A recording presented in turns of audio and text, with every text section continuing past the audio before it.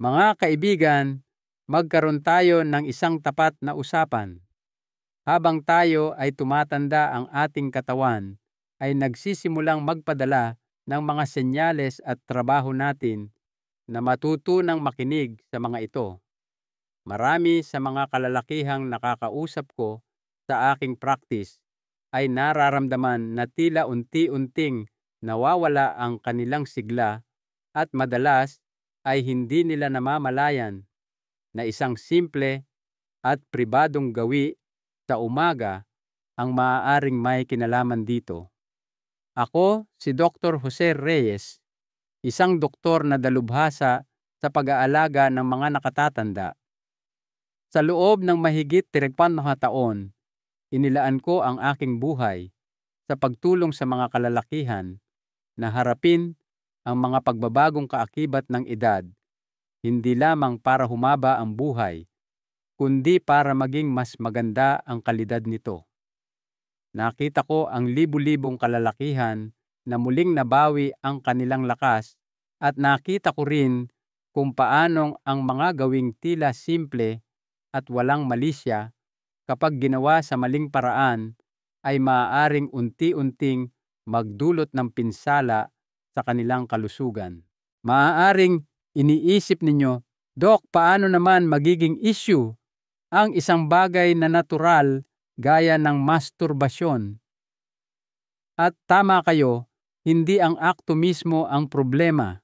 Ito ay isang malusog at normal na bahagi ng buhay sa anumang edad. Ngunit ang mahalaga ay kung paano, kailan, at sa anong paraan mo ito ginagawa, lalo na sa umaga kung kailan ang iyong katawan ay nasa isang natatangi at sensitibong estado. Sa mga susunod na minuto, ipapaliwanag ko sa inyo ang 4 na kritikal na pagkakamali na madalas gawin ng mga lalaking higit sa edad 60 sa kanilang pribadong oras sa umaga. Higit sa lahat, ipapaliwanag ko kung paano unti-unting sinasabotahe ng bawat isa sa mga ito ang inyong sirkulasyon, kalusugan ng puso at antas ng enerhiya. Ngunit hindi ko kayo bibitinin. Sa bawat pagkakamali, bibigyan ko kayo ng isang praktikal at siyentipikong solusyon na maaari ninyong gamitin kaagad. At samahan ninyo ako hanggang dulo dahil ibabahagi ko ang isang napakasimpleng 30 segundong karagdagan sa inyong morning routine na maaaring makatulong na baligtarin ang mga taon ng pinsala sa sirkulasyon at ibalik ang inyong kumpiyansa. Ito ay tungkol sa pakikipagtulungan sa inyong katawan, hindi sa paglaban dito para maramdaman ninyo ang pinakamainam na kalagayan sa mga darating na taon. Bago tayo magpatuloy, mahalagang maunawaan ito. Pagkatapos ng edad 60, iba na ang inyong circulatory system. Ang inyong mga daluyan ng dugo ay hindi na kasing flexible tulad ng dati. Ang inyong presyon ng dugo ay madalas na mas mataas at ang inyong puso ay kailangang magtrabaho ng kaunti pang mas mabigat para mapanatili ang daloy ng lahat. Kahit ang maliliit na abala sa daloy ng dugo, lalo na sa paligid ng balakang, ay maaaring magdulot ng pagkapagod, pamamanhid, erectile dysfunction, o kahit na magpataas ng panganib ng stroke. Ang umaga ay isang partikular na maselang panahon. Ang presyon ng inyong dugo ay natural na tumataas pagkagising habang ang inyong nervous system ay lumilipat mula sa rest mode patungo sa alert mode. Ang marupok na sandaling ito ang pinakamasamang panahon para magdagdag ng bigat sa inyong circulatory at sexual systems kung hindi kayo mag-iingat. Unang pagkakamali, agad na pagsasalsal pagkagising bago uminom ng tubig o gumalaw. Nakausap ko na ang daan-daang lalaki na higit sa 60 at ito ang isa sa pinakakaraniwan at hindi masyadong nauunawa ang gawi. Tila hindi ito nakakapinsala. Gigising ka, mararamdaman mo ang pagnanasa at walang pag-aalinlangan, gagawin mo na agad. Walang tubig, walang stretching, walang paghahanda. Natural ang pakiramdam, ngunit ang automatikong reaksyong iyon ay maaaring unti-unting sumisira sa iyong kalusugan. Ito ang hindi napapagtanto ng karamihan. Pagkagising mo pa lang, ang iyong katawan ay nasa estado ng bahagyang dehydration. Nawalan ka ng tubig sa buong gabi dahil lamang sa paghinga. Dahil dito, ang iyong dugo ay bahagyang lumalapot at ang iyong sirkulasyon ay medyo bumabagal. Kasabay nito, ang presyon ng iyong dugo ay tumataas na bilang paghahanda ng iyong katawan sa pagbangon at pagkilos. Sa eksaktong sandaling iyon, kung kailan ang iyong cardiovascular system ay nasa ilalim na ng stress, ang pagsasalsal ay nagdaragdag ng biglaan at karagdagang puwersa dito. Nais kong linawin, hindi ito tungkol sa hiya.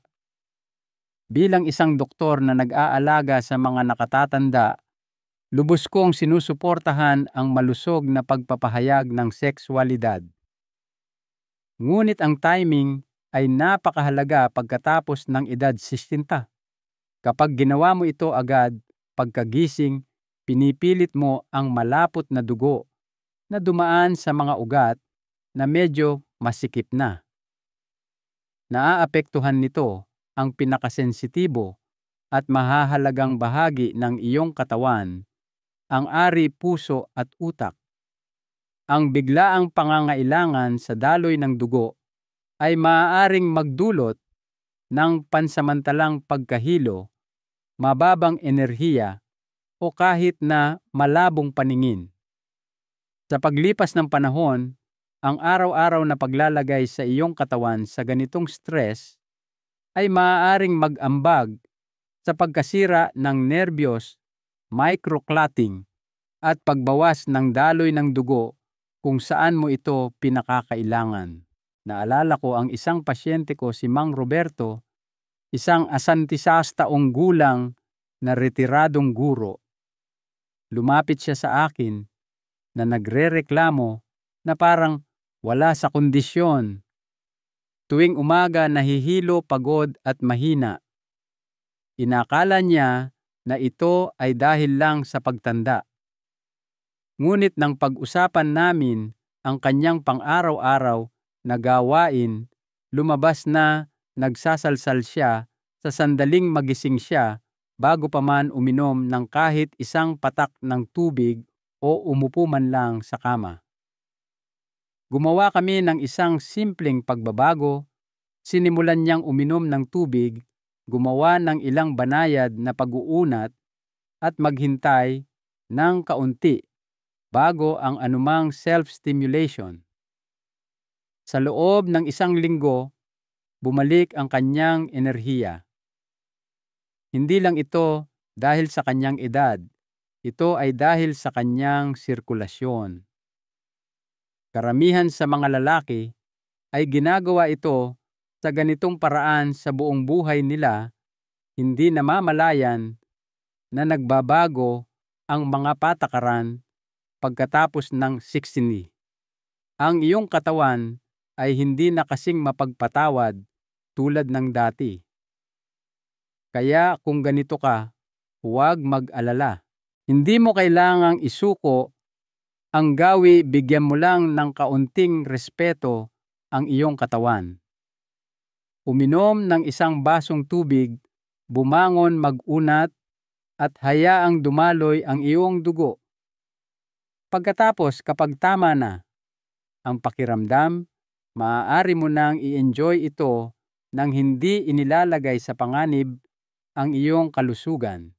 Ngunit paano kung ang mismong posisyon mo ay lalo pang nagpapalala sa sitwasyon, iyan ang ating susunod na pagkakamali at ito ay isa na maaaring mas makasagabal sa iyong sirkulasyon. Ikalawang pagkakamali, pagsasalsal. Habang nakahiga ng flat sa iyong likod, ito ay isang bagay na ramdam ng marami sa aking mga matatandang pasyente. Tila ito ang pinakanatural na bagay sa mundo. Nasa kama ka, nakaka-relax, at nagpasya kang magsalsal habang nakahiga sa iyong likod. Marahil ay ginagawa mo ito sa ganoong paraan sa loob ng maraming dekada. Komportable at pribado. Ngunit habang tayo ay tumatanda, ang dating epektibo ay maaaring unti-unting kumakalaban sa atin. Ito ang totoong nangyayari. Kapag nakahiga ka ng flat sa iyong likod, lumilikha ka ng bahagyang hadlang sa daloy ng dugo papunta at pabalik mula sa iyong pelvic area. Isipin mo ito na parang isang banayad na pagkakatupi sa isang hose ng hardin. Ang mga ugat na responsable sa pagbabalik ng dugo mula sa ibabang bahagi ng iyong katawan patungo sa iyong puso ay kailangang labanan ang gravity ng walang tulong. Ito ay lalong totoo para sa mga lalaking higit sa isin dahil ang ating mga ugat ay natural na nawawalan ng pagkaelastiko at ang maliliit na balbula sa loob nito ay humihina. Ang resulta ay tinatawag naming venous pooling, kung saan ang dugo ay maaaring maipon sa balakang sa halip na malayang dumaloy. Ngayon, idagdag mo ang sexual arousal sa sitwasyong ito. Pinapataas mo ang pangangailangan ng dugo na dumaloy sa iyong ari, ngunit pinapabagal ng posisyon ng iyong katawan ang pagbalik ng daloy.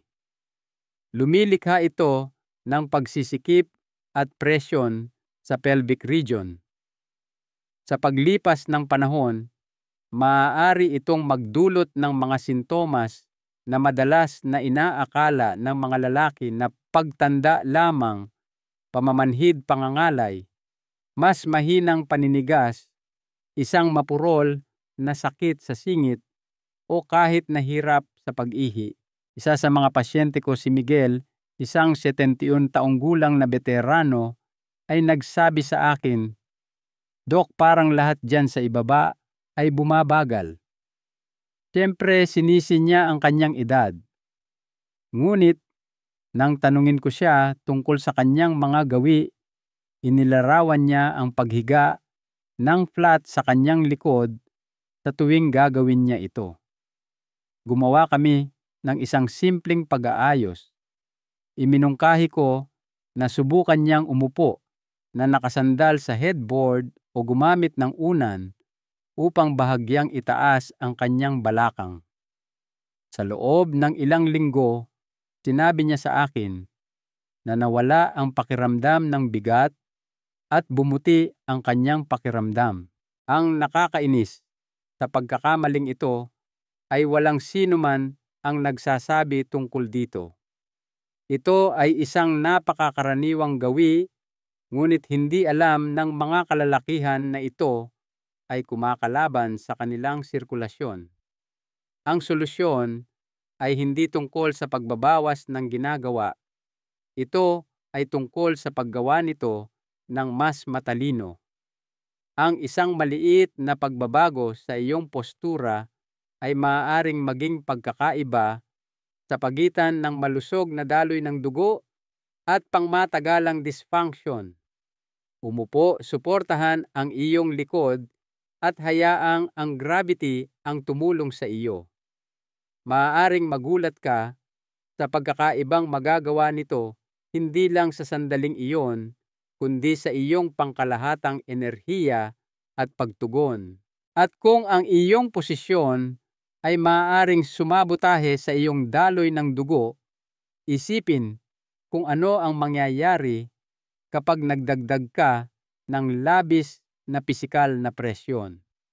Iyan ang susunod na pagkakamali at ito ay mas nakakapinsala kaysa sa inaakala ng karamihan sa mga lalaki.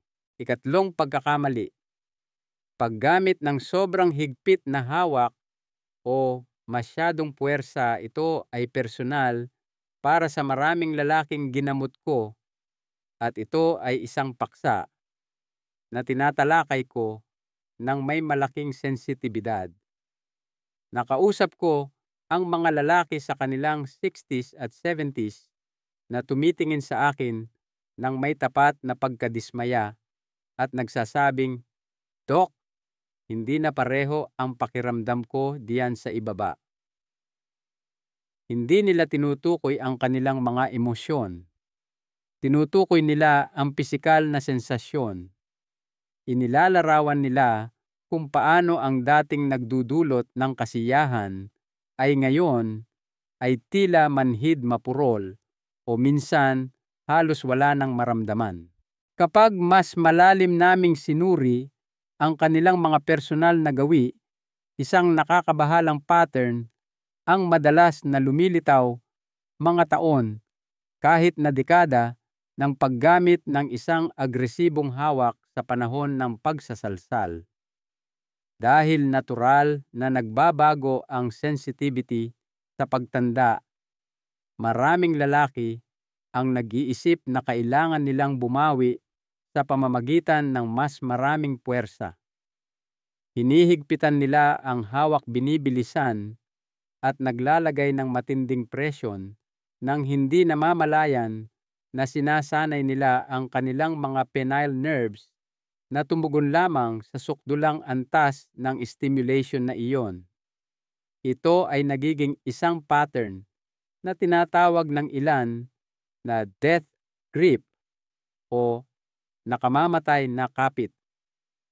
Hindi ko ginagamit ang terminong iyon para maging dramatiko, kundi para pangalanan ang isang tunay at lumalaking problema.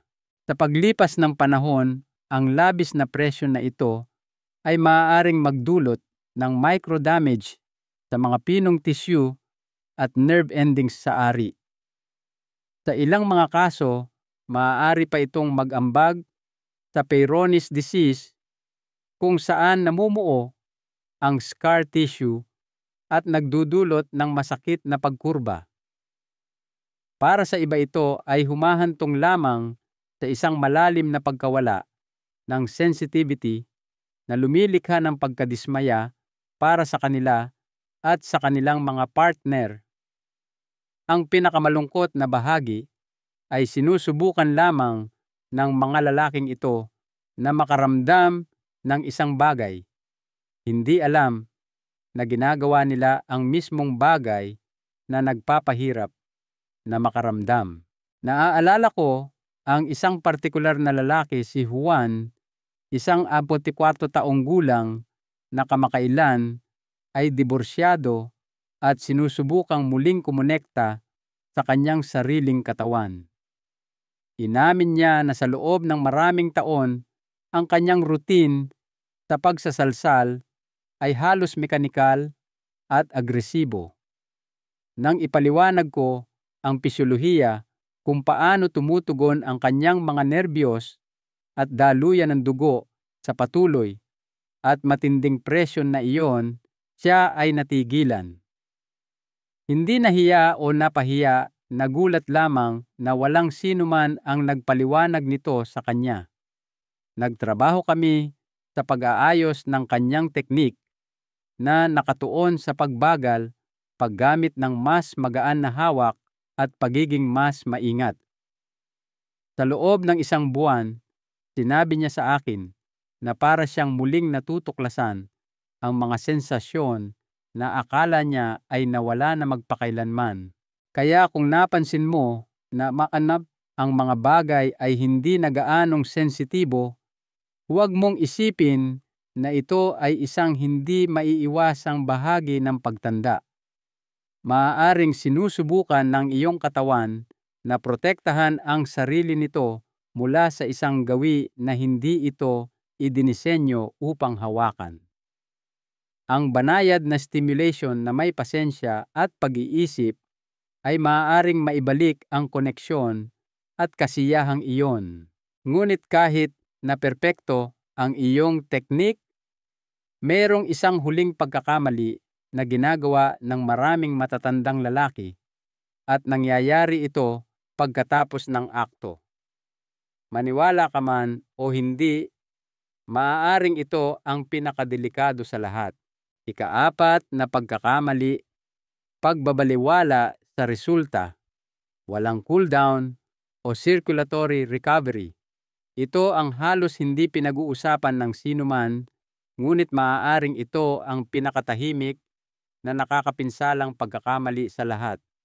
Hindi ito tungkol sa kung ano ang ginagawa mo sa panahon ng pagsasalsal, kundi sa kung ano ang hindi mo ginagawa pagkatapos. Nakita ko ang pattern na ito ng paulit-ulit sa aking mga matatandang pasyente. Magkakaroon ng sandali ng kaligayahan ang mga lalaki at pagkatapos ay simpleng iikot na lang o matutulog sa pag-aakalang tapos na ang lahat. Ngunit hindi ganoon ang tingin ng iyong katawan. Para sa isang lalaking higit sa 16, bawat makabuluhang pagbabago sa daloy ng dugo at presyon ng dugo ay mahalaga. Pagkatapos ng isang orgasm, ang nervous system ng iyong katawan ay lumilipat sa isang recovery state. Bumagal ang tibok ng iyong puso at bumababa ang presyon ng iyong dugo. Kung hindi mo aktibong susuportahan ang proseso ng pagbawi na ito sa pamamagitan ng kaunting paggalaw o pag-inom ng tubig, ang iyong dugo ay maaaring magsimulang maipon lalo na sa iyong ibabang bahagi ng katawan. Mayroon akong mga pasyente na naglalarawan na pakiramdam nila ay ganap na naubos pagkatapos ng isang dating nakapagpapalakas na karanasan. Naguulat sila ng pagkahilo, matagal na pagkapagod, kahit na banayad na pagduduwal. Lagi nilang iniisip na ito ay dahil lang sa kanilang edad o mahinang puso. Ang totoo, madalas itong dahil sa hindi magandang circulatory recovery. Naalala ko si Francisco, isang 17 taong gulang na lalaki, na nagsabi sa akin na sinimulan na niyang iwasan ang lahat ng sexual na aktibidad sa umaga dahil nagiiwan ito sa kanya ng pakiramdam na wala sa kondisyon sa buong araw. Kumbinsido siya na may mali sa kanyang puso. Nagpatakbo kami ng mga pagsusuri at malakas ang kanyang puso. Ang hindi maayos ay ang kanyang post-orgasm routine. Tatapusin niya at pagkatapos ay mananatiling ganap na hindi gumagalaw sa loob ng isa pang 30 minuto dehydrated at walang galaw ganap na walang kamalayan na ang kanyang katawan ay nahihirapang muling ibalanse ang sarili. Nagdagdag kami ng isang simpleng cooldown, ilang malalim na paghinga, ilang magaang na pag-uunat ng binti at isang basong tubig. Nawala ang kanyang mga sintomas. Sinabi niya sa akin, akala ko kailangan ko nang isuko ang lahat.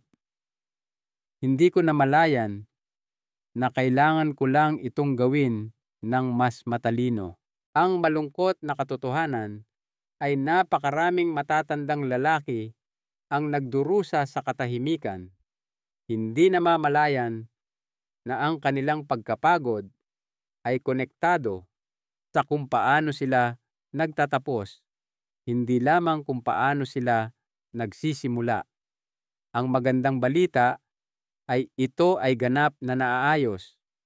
Sa ilang maalalahaning kilos lamang, maaari mong suportahan ang iyong katawan, protektahan ang iyong puso, at aktwal na makaramdam ng sigla at kasiglahan pagkatapos ng sexual na karanasan, hindi pagod. Ngunit paano kung sabihin ko sa iyo na mayroong isang maliit 30 segundong karagdagan sa iyong umaga na maaaring makatulong na ayusin ang mga taon ng circulatory stress na ito at ganap na baguhin ang iyong pakiramdam, hayaan mong ipakita ko sa iyo kung ano iyon. Ang 30 segundong ritual sa umaga na nagpapanumbalik ng sirkulasyon. Minsan ang pinakamakapangyarihang mga pagbabago ay hindi nangangailangan ng maraming oras ng pagsisikap. Kailangan lang nila ng isang sandali ng intensyon. Sa aking mga taon sa practice, napanood ko ang mga lalaki na habulin ang mga komplikadong solusyon para sa kanilang pagkapagod at mahinang sirkulasyon, gayong ang talagang kailangan nila ay isang bagay na mas simple. Dito pumapasok ang 30 segundong ritual sa umaga, isang kasanayan na nagbago sa buhay ng aking mga matatandang pasyente sa paraang hindi nila inaasahan. Nagsimula ito sa isang pasyenteng nagngangalang Gualberto, isang 72 taong gulang na lumapit sa akin na dismayado. Hindi siya may sakit, ngunit dumaranas siya ng kakulangan sa linaw ng pag-iisip at mababang enerhiya tuwing umaga. Isang mabigat na ulap, sabi niya, na hindi kailanman nawawala. Sinabi niya sa akin na nararamdaman pa rin niyang buhay siya sa loob at nais na ma-enjoy ang intimacy, ngunit may isang bagay na pisikal at mental na nakaharang. Matapos malaman ang tungkol sa kanyang mga gawi, ipinakilala ko sa kanya ang isang simpleng pagbabago. Isang maikling postura na isasagawa pagkatapos gumising o pagkatapos ng anumang sexual na aktibidad na idinisenyo upang suportahan ang sirkulasyon sa pinakanatural na paraan na posible.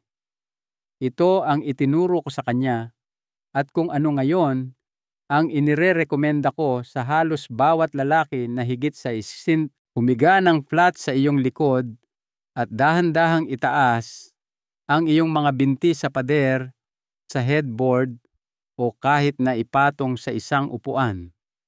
Hayaan ang iyong mga braso na komportableng nakapahinga sa iyong tagiliran. Ipikit ang iyong mga mata at huminga ng malalim. Manatili sa ganitong posisyon sa loob lamang ng 30 segundo. Iyon lang. Sa mundo ng yoga, ito ay kilala bilang legs up the wall pose. Ngunit hindi ito tungkol sa pagiging flexible. Ito ay tungkol sa simpleng physics. Binibigyan mo ng pahinga ang iyong puso at hinahayaan ang gravity na tulungan ang iyong mga ugat na ibalik ang dugo mula sa iyong mga binti at balakang pabalik sa iyong puso at utak. Ang nag-iisang walang hirap na pagbabagong ito ay nakakatulong na mabawasan ang blood pooling na pinag-usapan natin, pinapagaan ang hirap sa mga tumatandang ugat at tumutulong na muling ibalanse ang iyong buong nervous system pagkatapos ng arousal. Tumawag si Gualberto sa akin pagkatapos ng isang buwan. Dok, sabi niya, para bang may nagbukas ulit ng ilaw.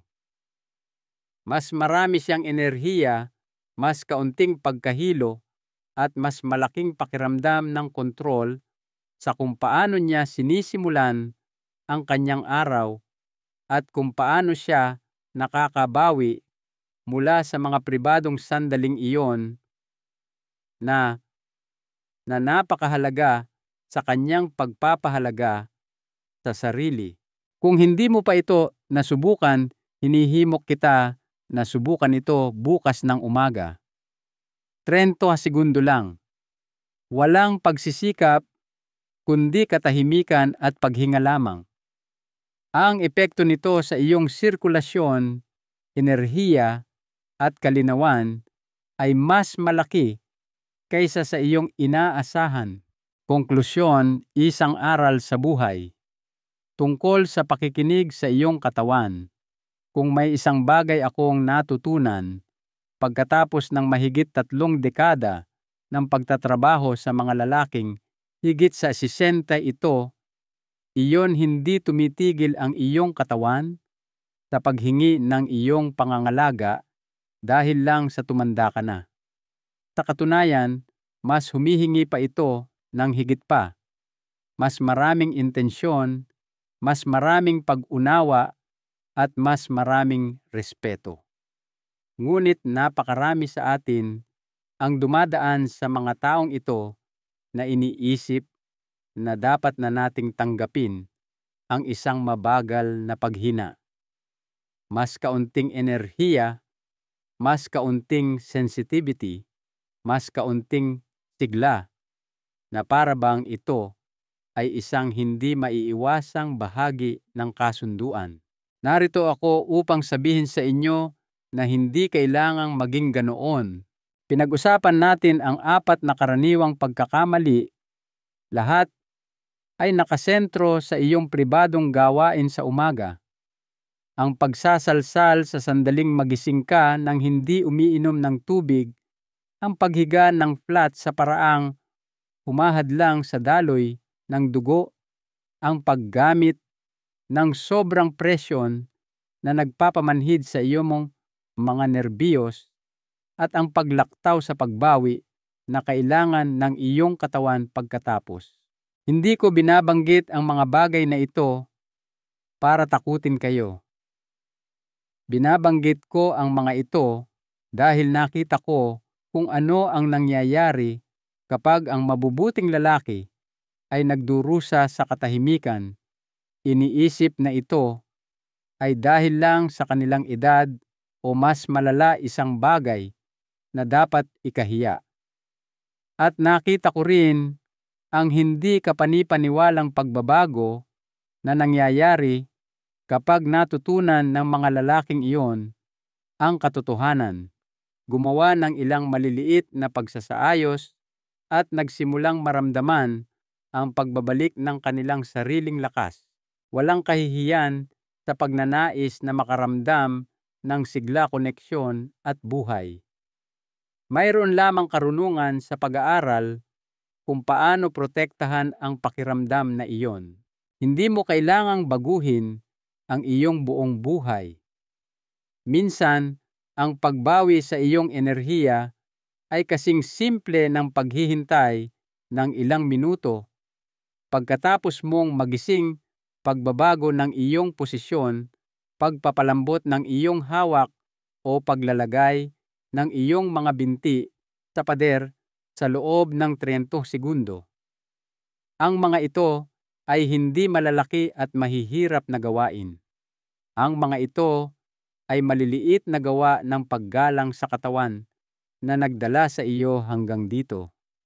Nagpapadala sila ng isang malakas na mensahe na nakikinig ka pa rin, namumuhunan ka pa rin, at kasali ka pa rin sa laro.